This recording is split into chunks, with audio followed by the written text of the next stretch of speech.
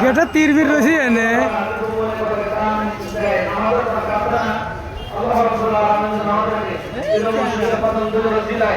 মানুষের মতো মানুষের কবরে যাইতে পারি সর্বশেষ আল্লাহর দরবারে কামনা করে আমার বক্তব্য শেষ করে দিই। আসসালামু আলাইকুম ওয়া রাহমাতুল্লাহি ওয়া বারাকাতুহু।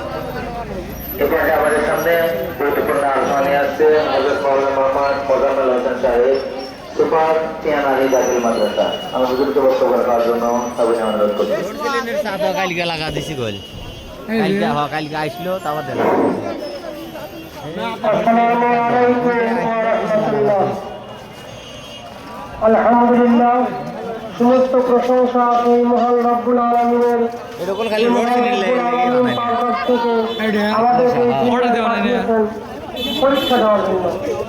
এই দিনে পরীক্ষা আমরা প্রত্যেকটি মানুষ পরীক্ষা দেওয়ার জন্য এসেছি। যদি পরীক্ষা ভালো করতে পারি তাহলে আমাদের ভালো কাজ হবে। তার মধ্যে জিহাদ করতে হবে আমাদের।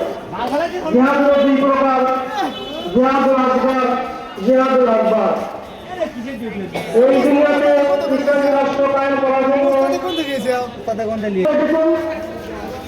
প্রত্যেকটি মানুষের সড়ক দেখিয়ে দিয়েছেন আমাদের মুসলিমরা।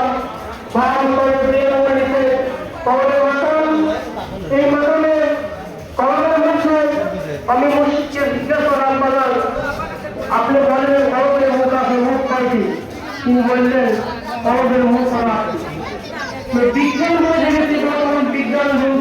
বিজ্ঞানরা প্রমাণ করেছে আসলে কলমের মুখ হল 8টি, 6টি আছে উপর থেকে আর 2টি আছে নিচ থেকে।